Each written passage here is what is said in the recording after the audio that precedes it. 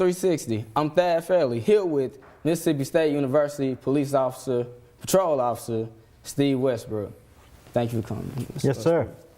So I know that you're you're an officer here on the Mississippi State campus. Just what do you do here on campus, and what areas is your expertise here on campus? Well, we patrol the campus just like an officer patrols any other town or city or highway or wherever your jurisdiction is. And we provide pretty much the same services. As far as an area of expertise, I've worked narcotics, I've done investigations, I've pretty much covered the whole gamut of law enforcement. Well, obviously you have a lot of experience, but just talk about the differences between campus police officers and town police officers. So. Well, there are a few differences. Campus policing is geared a lot more toward community policing. We try to get out in the public and talk to people and let them know that we're there to help them, not just there to cause them problems. Or we deal primarily with one segment of the population, normally young people, as most students are obviously young people. So we have to gear the way we work more towards young people than the regular jurisdiction guys who deal with everybody. Okay. Well, as you know, the holidays are vastly approaching. Thanksgiving is right around the corner. I understand a couple years ago there were a few students who had their apartments broken in. Just how do you guys go about protecting apartments and residence halls while students are away? Well, when everybody else goes home to eat their turkey and be with their family, some of us end up at work.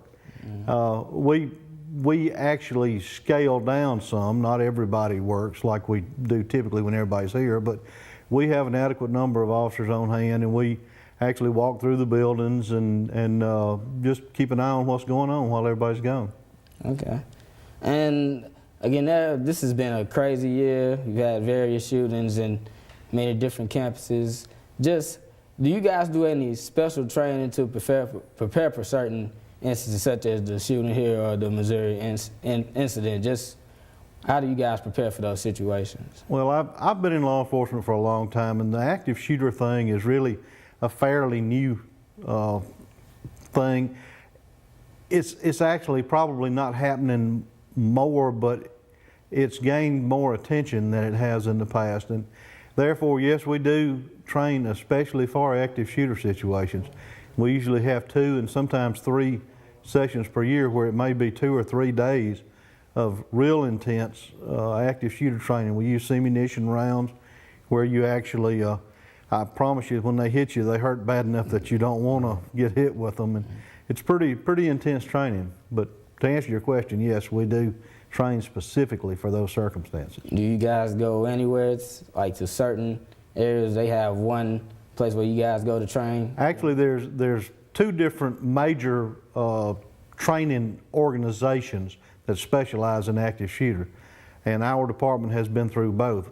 For some of the training, we've gone off-site to other places like the Police Academy in Jackson or a place in Meridian that we sometimes go. But one company actually brought all the training on campus, and we used some buildings that weren't being used at the time and did some active shooter training in those. Okay. Do you guys ever collaborate with town police officers? We work very closely with the city and the sheriff's department. Okay.